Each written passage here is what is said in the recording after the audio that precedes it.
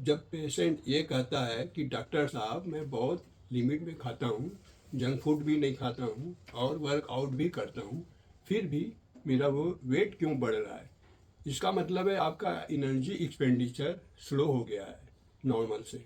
Natural रूप में 75% energy loss जो है जब हम ब्रीदिंग करते हैं या हार्ट बीट होता है उसमें खर्च होता है।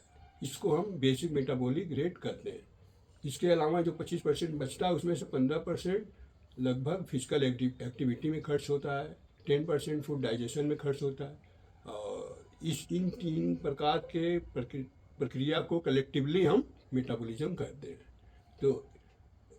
तो अगर ये मेटाबॉलिज्म स्लो हो जाएगा तो हमारा वेट बढ़ेगा।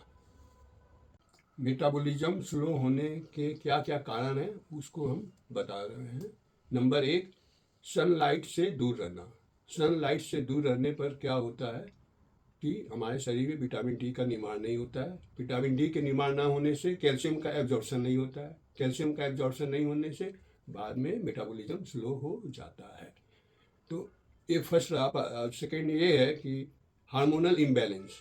हार्मोनल इम्बैलेंस शरीर में होता है, उसके वजह से भी मेटाबॉलिज्म स्लो हो सकता है, जैसे हाइपोथायराइडिज्म, थायराइड प्रॉब्लम में जो होता है।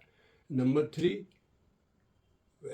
फूड में फाइबर की कमी हो तो क्या करेगा, कॉन्स्टिपेशन क्रिएट करेगा, और कॉन्स्टिपेशन क्या करेगा, बाद में जाकर मेटाबॉलिज्म को स्लो कर देगा।